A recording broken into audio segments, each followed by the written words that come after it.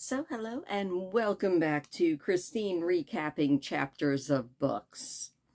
I need to think of a better title for all of this. I have not managed to do that yet. I mean, it is chapter recaps of books, but you would think I would come up with a catchy title or something. Anyway, I hope everybody's doing as good as you can. I hope any of you who live in the areas that the hurricane affected are doing as well as you can. I've seen some pictures online and oh my goodness, it looks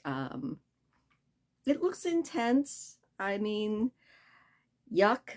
My heart goes out to you, and I hope that everybody is doing as good as they can. Up here, we're just hot still. Seems weird, especially since it's almost October now, and I'm not gonna lie, I have seen it snow in early October up here. I don't think we're gonna get that this year, although never say never because Michigan is weird. Other than that, I am planning, touch wood, on going to Pictured Rocks National Lakeshore and going hiking tomorrow. I was hoping that I could wear a nice sturdy pair of blue jeans, but it looks like I'm going to be wearing shorts or capris. It should be okay. I mean, the breeze off Lake Superior will make it a very nice hike, but yeah, it's been on my list of to-dos, and I was like, a nice Lake Superior hike. I mean, if it's hot, hopefully most of the trails will be somewhere near the lake itself, so you can just like pop off your shoes and stick your feet in the water. That sounds nice. So that's on the agenda for tomorrow. But on the agenda for right now is recapping another 2 chapters of Mercedes Lackey and James Mallory's wonderful book, The Phoenix Endangered, where in the last 2 chapters, we got to see a little bit more of the Isvani tribes and how Bisochim has sent out all of the warriors from the tribes because they were causing trouble and basically causing him issues. And so he sent them all off on what he is thinking is probably a wild goose chase. He's like, go. Fly free, my friends. And I'm sure that won't come back to bite him in the butt. And Harrier and Tercel and Enkeldar and Kerta journeyed along. They're getting closer and closer to at least this desert that they hope to find the Lake of Fire in. Harrier is still not cool with the idea of being a wild mage, but lo and behold, the wild magic is going to force his hand because they found a gravely injured man, and the only one available to heal him is Harrier, because Tercel doesn't know any healing spells. So heal away Harrier did, and we find out that the injured man is a Selkin from far across the sea, and his name is, or at least the name he gave, is the Telchi, and that is where we left. So chapter 10 is where we are picking up, and chapter 10 is titled The Paying of Prices. So chapter 10 picks up the very next day after Harrier and the Telchi woke up. And Harrier is feeling a lot better, you know? He's feeling a lot more like himself. This Telchi person is still looking a little bit on the weak side, but the very first thing he asks for as soon as he wakes up is his swords. Harrier gets him his swords and thinks that he handles his swords about the way that Tercel handles his wand, and maybe sometimes Enkeldar, you know, like something that's just a part of him. The Telchi puts on his strange sword harness that holds his swords on his back, and immediately pulls his swords, and Harrier's like, ho, ho, ho, ho. And Telchi's like, I'm not going to hurt you. And besides, I see you are a warrior also, and you're a wild mage. I am totally not going to hurt you. I would go to the Hall of Heroes burdened with shame. It would be terrible. Harrier's like, I'm not really a warrior. And the Telchi's like, but you're wearing a sword. And Harrier lets the Telchi know that he is about as good of a warrior as he is of a wild mage. Which, if you think about it, the Telchi was just healed from probably certain death. So, as far as the Telchi's concerned, that probably means Harrier at least has the potential to be a really good warrior. To distract the Telchi from talk about swords and warriors and everything else, the boys, Harrier and the Telchi sit down and eat, and Harrier's like, so, what's your story? The Telchi lets him know that, yes, indeed, he is from the Selkyn Isles, and that his name is not Telchi. That is actually his title. A Telchi is basically a ship's guard who is bonded to the ship's captain and serves as that ship's captain's guard for the rest of his life. It is considered a great honor, and it is absolutely wonderful. Unfortunately, he bonded a bit too young, and he bonded to a bad captain. And so when he got to Arameth, he deserted. For a Selkyn, this is considered the highest dishonor, and he can never go back to the Selkyn Isles. And so he traveled and found himself eventually in the Mandarian Desert. And he finally found good employment. He is a caravan guard. He is also a guard in one of the Mandarian's Atreyu cities, and a person of some consequence there. Harrier asks how on earth he ended up under a horse and almost dead, and the Telchi tells him all about this very long battle that he had trying to track down some bandits, and how he just planned poorly, basically. And that he is eternally grateful to Harrier for saving him. They go on and talk a little bit more about the Telchi, and talking about being a wild mage versus being a warrior and all of these other things. The Telchi says that he is eternally indebted to Harrier, not just for his life, because his life is something that is considered very light, but for letting him hopefully pursue his actual purpose in life, which is to train up another. He says that he knows that he will never be able to go back to the Selkyn Isles, and as far as most Selkyns are concerned, he is anathema, but he is hoping to present to the Sword Giver and the Lady of Battles, which I'm guessing is like Leaf and Star just over in the Selkyn Isles, that he at least passed on his skills. And of course, he offers to train Harrier. Quoting from the book, "You want to train me as a Telchi warrior?" Harrier said in disbelief.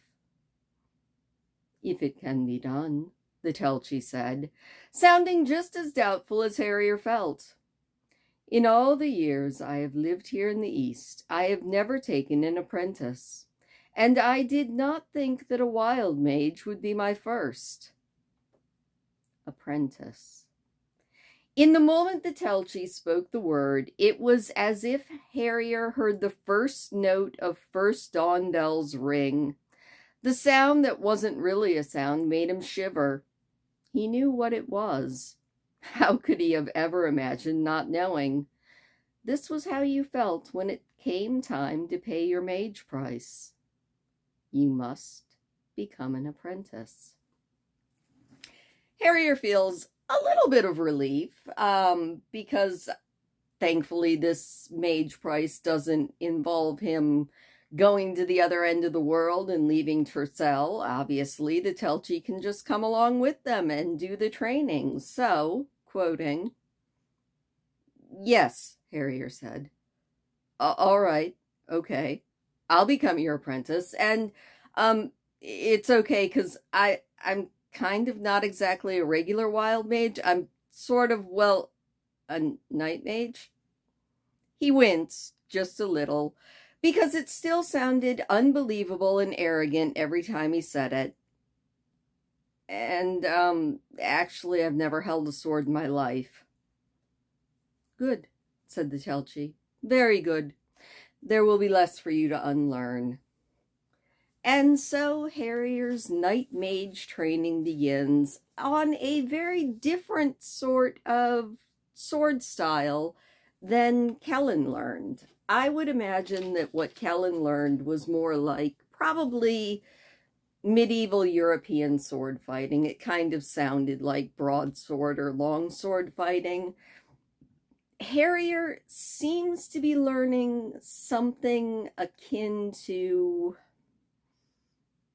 more of an Eastern sword style. The swords that the Telchi carries are long, thin, with a slight curve, and I think, if I'm not mistaken, they're sharp only on one side, so I would think that that sounds a lot more along the lines of kind of a katana instead of a long or broad sword. So they go training, and Kerta watches, and she is very, very smug about it, and she seems to be enjoying herself as Harrier goes and begins learning sword fighting. He also discovers that sword fighting, at least the initial learning of it, is going to involve not swords but sticks. So Harrier is off hunting for a stick, and Kerta is tagging along behind him, just kind of being like, "Hey, you cast a spell, didn't you? Ha ha, you actually did it, and it wasn't even a spell to find you a teacher, even though that's what you ended up with." And Harrier's like, "What are you babbling about? Would you just leave me alone? I have to find my sticks." And then quoting, "All right then," Kerta said briskly, when Harrier turned to head back to the wagon. What?" "Well, I have to admit that you've been very entertaining and really almost nice, but you don't need me now." "Huh," Harrier said. He was about to say that he had never needed her at all, but she was still talking, and what she was saying alarmed him too much. "After all, you cast a pretty big spell. You've gotten yourself a very good teacher, a Telchi, just imagine. And I have no intention of following behind your wagon all the way to the Mandarian as if I were a tethered goat. Besides, what is there in the Mandarian besides cities full of people?" Kerta shuddered. "No, I don't think so. Nope, my price is paid." Wait, what? Your price?" said Kerta. "I suppose you think that wild mages are the only ones who have prices set? A lot you know." "But are you going to tell you about it?" "No, but maybe, if you're good, and if it's convenient, and if I haven't got anything more interesting to do, maybe I'll look in on you again someday. Or maybe I won't." "Kerta?" Harrier bellowed.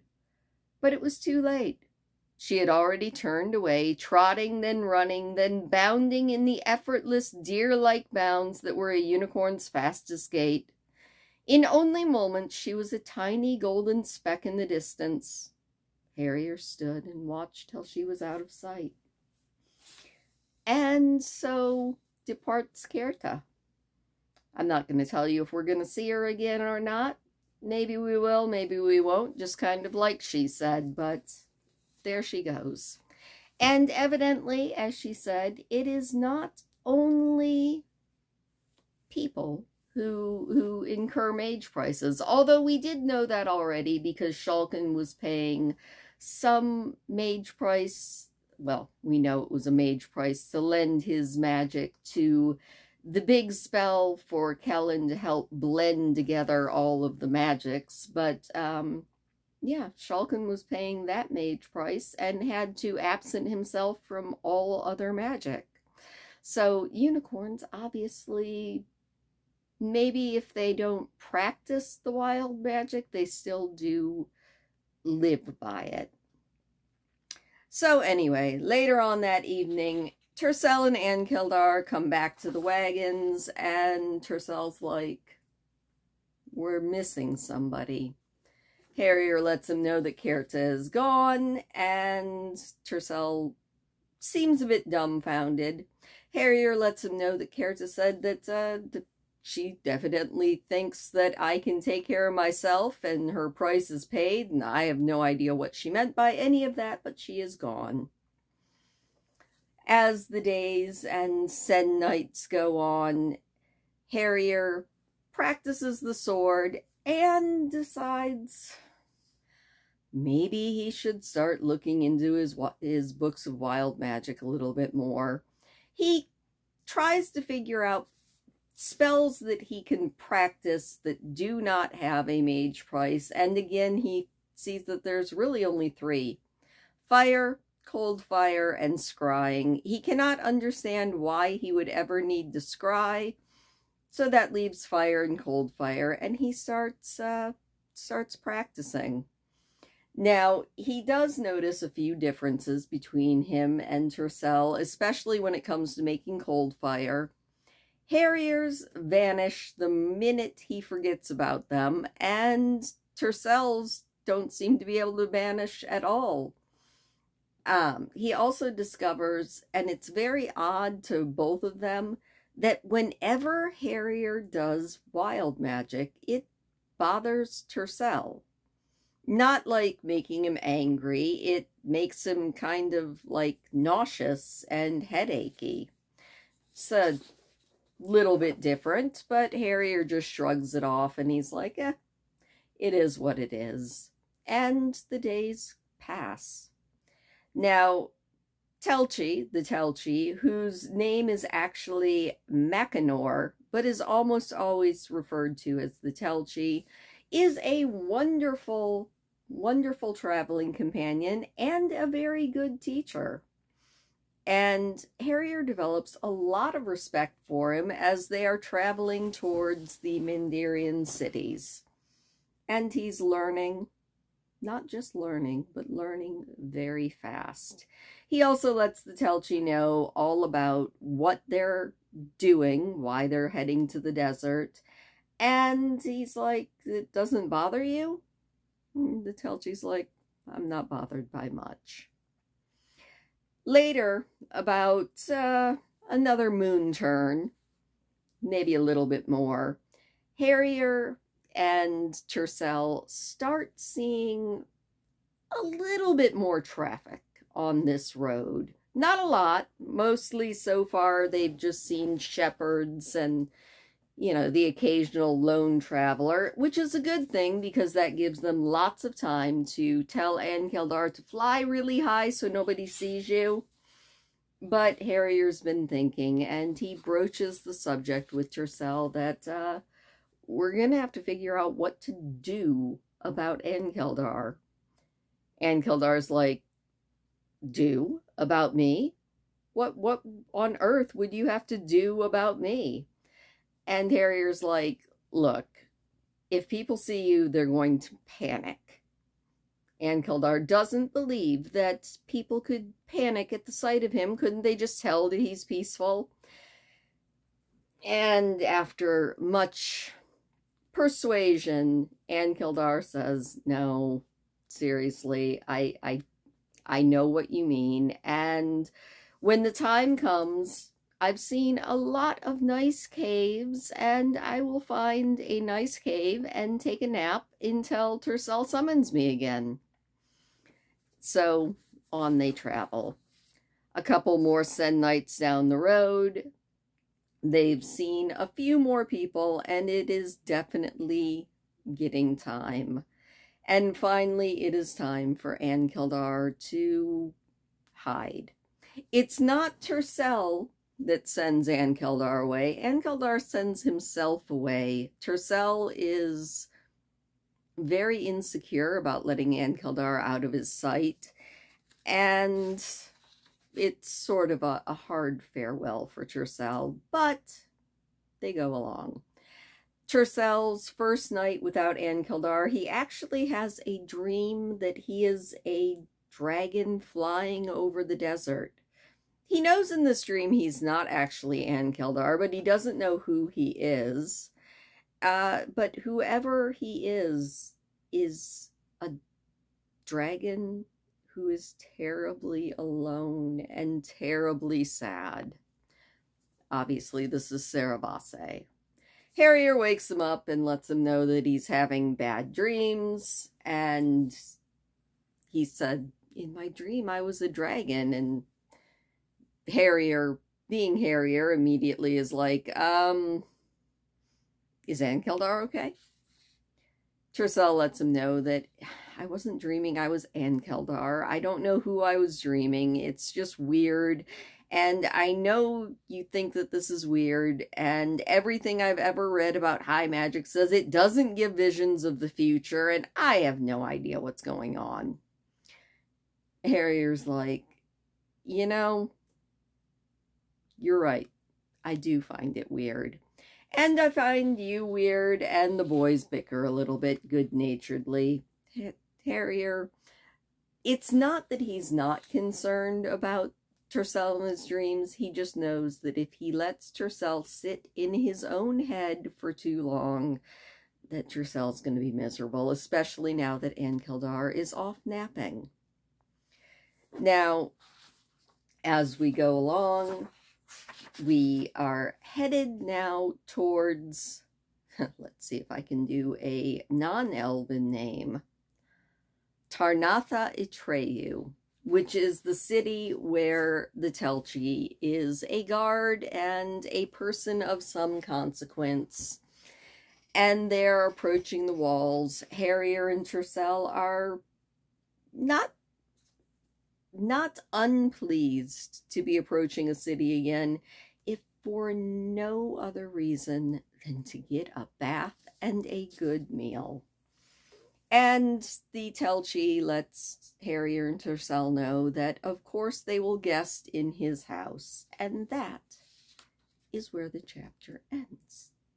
So I'm going to get a drink, probably turn on a light. I thought the natural sunlight was going to be enough, but I guess it's not. And we will recap chapter 11 in just a moment. And now, let's recap Chapter 11, The City on the Edge of Forever. So, 10 days after Ankildar goes to take his nap, they reach the gates of Tarnatha Atreyu. It is the northernmost, save for one, cities that ring the Mandirian Desert, and according to Telchi, it's one of the largest in all of the Mandirian. He lets them know that Atreyu just means well in the old tongue of the desert people, and that this isn't the true desert. Quoting from the chapter, in Tercel's opinion, if the Telchi thought this wasn't an inhospitable wilderness, well, he wasn't quite sure. He wanted to see something that was. He thought this place must look a lot the way the whole world had looked before the Great Flowering, only probably worse. And Tercel definitely thinks he is not in Arameth anymore. He does know that the Isvani tribes, who live actually in what the Telchi calls the real desert, come to the Atreyu cities, and they trade spices and furs and beautifully woven rugs that go all the way to Arameth to get traded for very high prices. He also thinks that the city itself, from what he can see of it, probably looks a lot like what Arameth must have looked like 1,000 years ago. It's completely surrounded by walls that are made of bricks of unfired clay that have been layered with sheets of wet clay to make them smooth. Tercel thinks that it would have been really cool to see the city being built because, you know, it's huge and it's thick, and he remembers dragging Harrier around Arameth trying to find the boundaries of that city back from ancient times and not really being able to find all of it. But he thinks that Taranatha Atreyu was probably as big as ancient Arameth, so pretty big. And the Telchi describes how the walls are wide enough for 3 men to walk side by side along their tops, and that they have giant bronze gates, and the gates are kept shut pretty much all the time. They're kept barred from sundown till sunrise, and then they're opened at need. Harrier, who is beginning to show little bits of that night mage instinct, is like, they open in.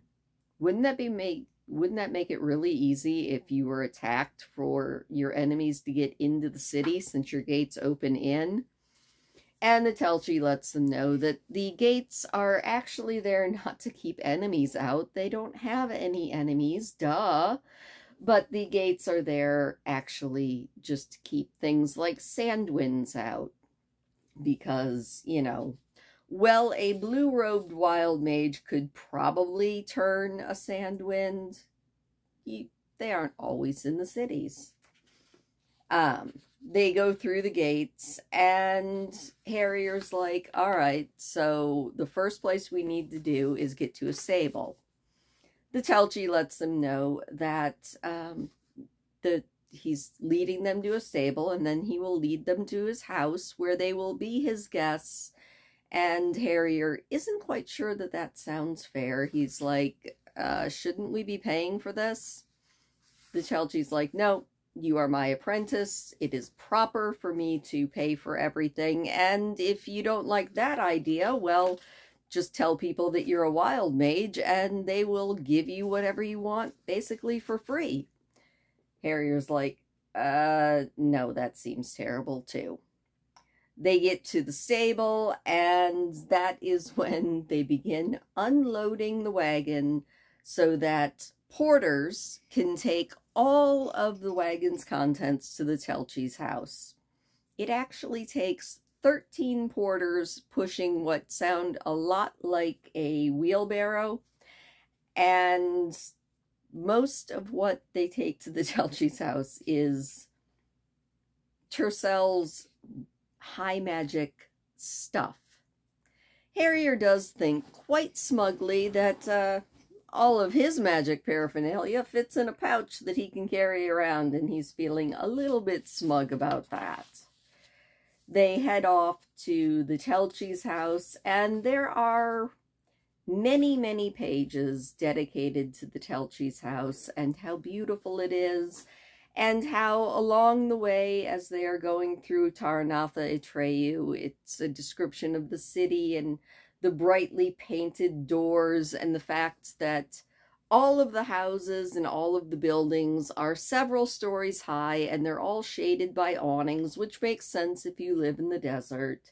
And that most of what they can see seems to be courtyard type houses, so not the front door, but they're seeing into little courtyards that are in front of every house. And finally they arrive at the Telchi's house. Quoting, "To Harrier's surprise, on the other side of the door was another courtyard.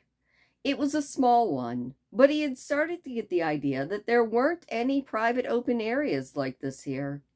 It was a pleasant space with an awning above and benches along the walls. The ground was laid with baked clay tiles, and in the center there was a large copper fire dish scrubbed to gleaming. As the porters began lining up their carts neatly along one wall, a man came rushing out of the house, greeting the Telchi. Now, the man who comes out is kind of the Telchi's butler, and they banter a little bit. The Telchi pays off the porters, and they head in. Tercel and Harrier immediately begin unloading the contents of everything, and Harrier jokes with Tercel about all of his stuff. It takes them many, many, many trips to finally get the carts unloaded, and along the way, Harrier realizes that the Telchi is obviously a very wealthy man, at least by Aramethan standards. He doesn't know if the standards out here in the desert are different, but, you know, he's seen at least a half a dozen servants, and everything was just beautiful in the house. There are gorgeous rugs, there are antechambers, there are gardens, but the gardens here are pretty much all grown in pots. And Harrier's like, ooh, hey, wait a minute. Those are Narjanes oranges. Tercel's like, well, yeah, where did you think that Narjanes came from? And Harrier's like, I don't know, the Armeth Plain? And Tercel's like, yeah, you're uneducated. Obviously, they came from hot places, along with lemons. And they go through. They're finally settling in, and Harrier and Tercel are beginning their various studies. Tercel is going to see if he can find out anything about the place that he has been seeing, the lake of fire, from his visions. That's what he's going to do while they're here. And Harrier, of course, is going to be practicing. Harrier's a little bit surprised to find out that he is actually not the Telchi's only student, but he's the only one that's good enough to be considered an apprentice. Tercel still hasn't found out anything about where he is searching for, but he does find out a very interesting little piece of news that there have been no wild mages seen in a while, and that none of the deep desert Isvani have been seen in months. He doesn't know really what to make of that, but the Telchi says that that is a very troubling piece of news.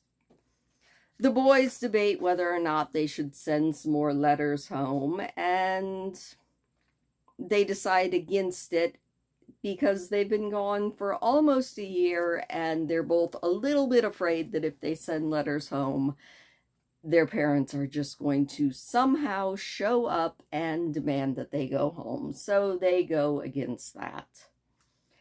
Harrier wants to know if maybe it's time to wake up Ankeldar. They could start searching the desert. But Tercel says no, not yet.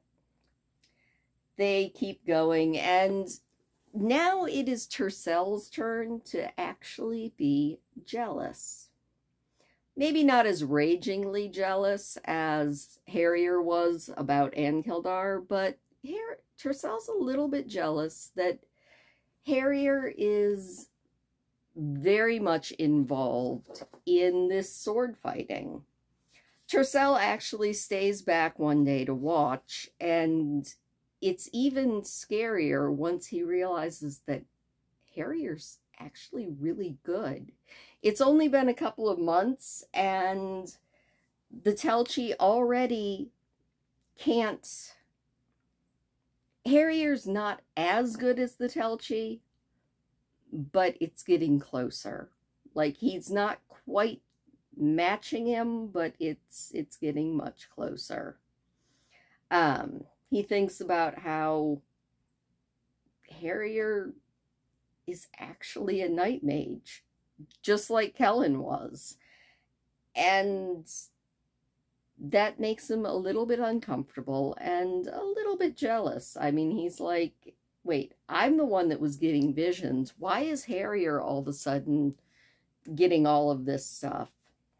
He does think that it's probably because he's going to need his best friend, and he's going to need him as someone who is good at fighting, because they've got to somehow find the Lake of Fire.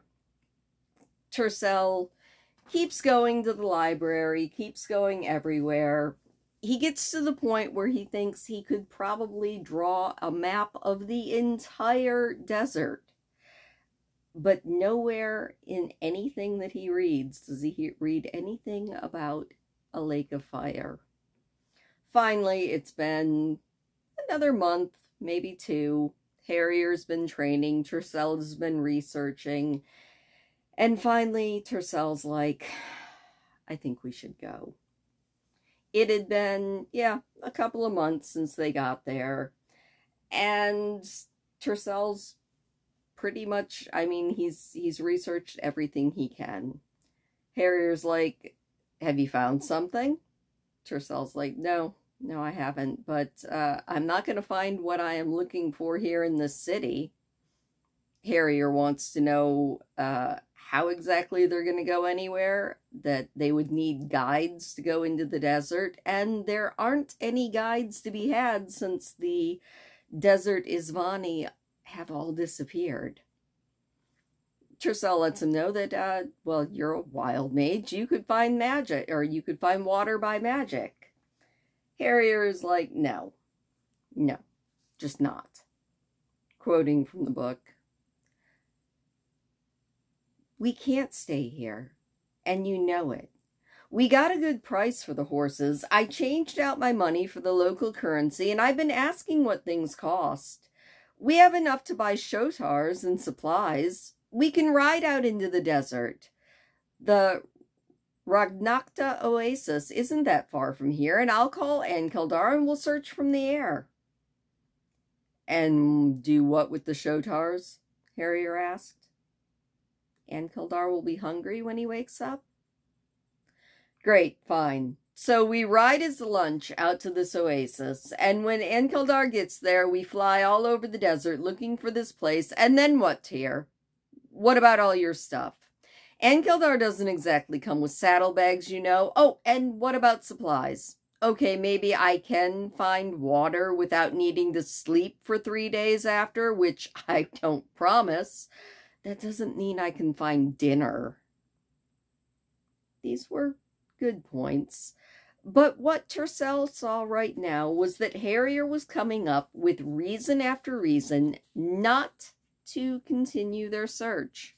And Tercel began to wonder if that was because the wild magic wanted Tercel to go on alone and leave Harrier behind. Maybe the wild magic was keeping Harrier from thinking about leaving? They argue a little bit more, and Harrier's like, just let me think.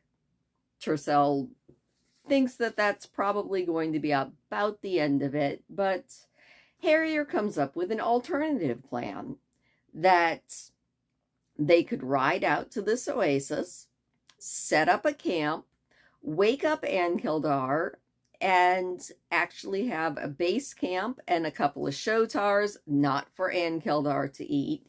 And Tercel can fly around in circles until he finds this Lake of Fire. And then, you know, when he finds it, then they could go and do something about it. And Harrier's like, well, that would be really, really stupid. And what do you mean you can go on and do something about it? I'm coming with you. Tercel let out a breath he hadn't known he had been holding in. Harrier didn't mean to leave him to go on alone, and the wild magic wasn't going to ask him. Now that they had a plan, or the beginnings of one, it was easy enough to tell it to the Telchi and get his help. The first thing that they would need to do would be to purchase beasts to take the ride to the oasis. Though so short a journey could be accomplished on horseback, the Telchi recommended the purchase of shotars For the ugly, sturdy creatures were far more dependable in the desert. If Tercel meant to stay at the oasis for an extended period, with or without Ankildar, he would need copious supplies as well, which meant at least 6 beasts, 2 to ride and 4 for supplies. Are you going to tell him that most of them are going to feed Ankildar? Harrier had asked. The Telchi was able to guide them to the oasis with ease, for he had been there on several occasions as a caravan guard, and at least the sight of Ankildar would not surprise him. It would take at most a few days to make preparations and to purchase the things that they would need, and then they would be ready to go. But they were already out of time. And we find out what that means in the next few pages.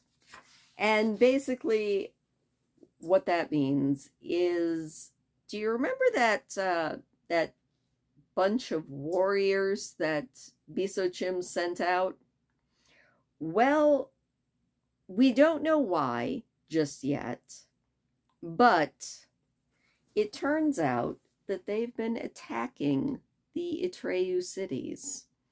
And whenever they attack, they have been talking about the false balance and how they are going to bring balance back into true or kill all of the inhabitants. And it turns out that the next city that they are on their way to is the one that Harrier and Tercel are in. The city itself starts getting refugees from the next closest Atreyu city, and from the refugees, they find out that, yes, the cities are all being attacked. Pretty much everybody in them is just being slaughtered, and then the cities themselves are being razed to the ground by a army of Isvani who are saying that they are going to cleanse the desert of all those who don't follow the true balance. Harrier and Tercel aren't exactly sure what's going to happen next. The Telchi and the council of the Atreyu city that they are in hold a little bit of a council, and everybody in the city who stays, because the council does let people run if they want to, everybody who stays is getting ready to fight for their city, basically. Harrier and Tercel talk and debate a little bit and try and figure out what they're going to do. Tercel looked at Harrier and had no difficulty in interpreting his friend's expression. Yes, they could leave now. And probably they ought to leave, but from everything they had learned today, there was an entire dark-tainted army heading this way with one purpose in mind: to wipe out Taranatha Atreyu and everyone in it. He knew it was just one city. He knew there were 11 Atreyu, and he knew for sure that 2 had already been destroyed, and he didn't know how many of them were still left. He knew that there were 9 cities to the north, as well as a bunch of towns and villages and farms scattered around, and there were 9 elven cities in the Veiled Lands, and villages and farms there too, and probably a lot of other places he had never heard of. And he knew if the dark wasn't stopped and the Endarkened came back, they would all be destroyed.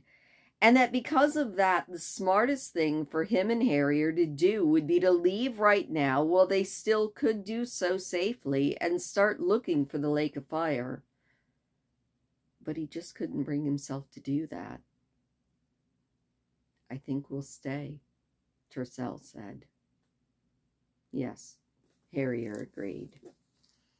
And with the boys deciding to stay in a city that is going to be fighting for its life very soon, if what the refugees that fled to the city said are true, is where we end it. So, yeah, wow. All right, so I do love that the boys end up both being jealous of their besties making any new friends. I think I said pretty much everything about how I do understand that, because I've gone through that myself, mostly when I was a kid, but definitely I can see it when someone who's pretty much been your companion all the time suddenly starts hanging out with somebody else. You do feel jealous. Also, Harrier quickly learning it definitely parallels Kellen being taught by Germain, and that definitely does seem to be one of those night mage things, as well as the little tiny bit that Harrier thought without thinking when he immediately sized up Taranatha Atreyu and already has seen one very weak point in the city that I'm sure won't come up later. It will. And yeah. And of course, Bisochim sending out his hotheads and troublemakers and warriors, and very naively not expecting them to turn into an army. We don't know why they've turned into an army and decided to attack all of the Atreyu cities, but I feel like Bisochim probably should have seen that coming. Anyway, that is where we are going to leave it today. Thank you so much for listening. I hope that you enjoyed my very unhinged recapping of these chapters, and I will see you later.